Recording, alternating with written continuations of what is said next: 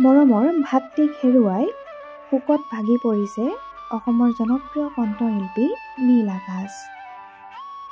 হয় বন্ধু বান্ধৱীসকল, আপোনালোকে ঠিকেই শুনিছে। গণশিল্পী ৰাজীৱ হদিয়াক হেৰুৱাই শোকত ভাগি পৰিছে কণ্ঠশিল্পী নীল আকাশ। পুৰণি দিনৰ স্মৃতি মনত পেলাই হুকহুকাই কান্দি উঠিল নীল আকাশ। কিদৰে দুয়োৱে দুখৰ দিন পাৰ কৰিছিল তাকো কৈ গ'ল কণ্ঠশিল্পী নীল আকাশে।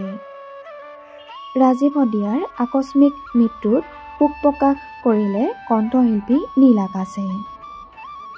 কষ্টকৰ দিনকেইটা কিদৰে পাৰ কৰিছিল দুয়োৱে তাকো কৈ গ'ল কণ্ঠশিল্পী নীল আকাশে।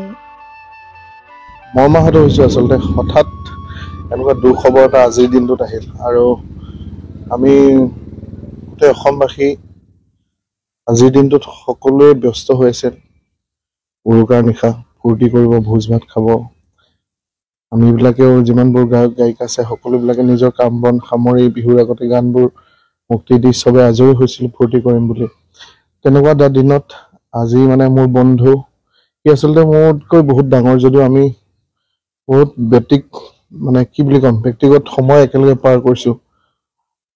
কষ্টকৰ দিনবিলাকত কৃষ্ণদাৰ ঘৰত একেলগে আছিলোঁ আমি, আৰু মোৰ খুব মৰমৰ এজন ককাই আছিল, কিন্তু তথাপিতো আমি বন্ধুসুলভ এটা সম্পৰ্ক আমাৰ আছিল। আৰু আজিৰ দিনটোত তাক হেৰুৱাই সঁচাই মৰ্মাহত হৈছোঁ, বহুত বেছি বেয়া লাগিছে।